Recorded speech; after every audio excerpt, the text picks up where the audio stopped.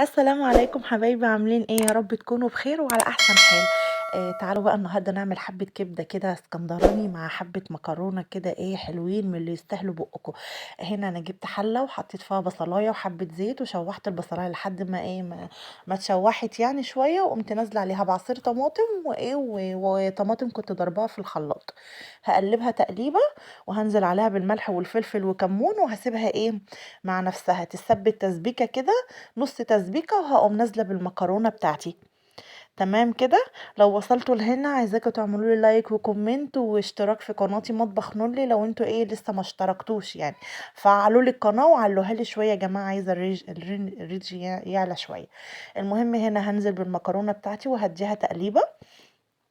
تمام. وبعد كده هنقلها على عين اقل شويه، وهوطي عليها واسيبها انا بحب المكرونه والصلصه يتسبكوا مع بعض كده، يخشوا في بعض كده شويه كده، وبعدين هطفي عليها.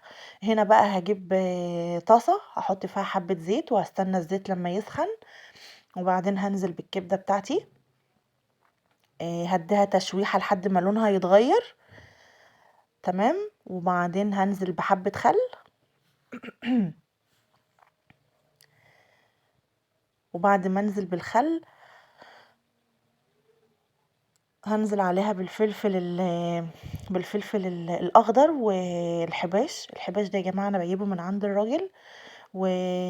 وساعات بعمله في البيت، يعني هو مش بيبقى فيه حاجه، هو عباره عن توم وبهارات، يعني توم وفلفل اخضر وبهارات. المهم حطيت الفلفل الاخضر والحباش، وهدي الكبده تشويحه كده، وبعدين هنزل عليها بالملح والفلفل وكمون، وهقلبها كويس. وهسيبها بقى بعد كده هديها عصرة ليمون، وهسيبها بقى إيه غلوة كده، وهتبقى خلاص، يعني خلاص استوت، يعني ما بتاخدش وقت على النار.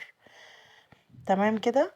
هنا بقى كان الاكل بتاعي خلص زي ما انتوا شايفين. والله يا جماعة المكرونة كانت تحفة، ولونها كان اغمق من كده، بس الصورة كانت ظلمها، ودي الكبدة بتاعتي كانت لذيذة بصراحة.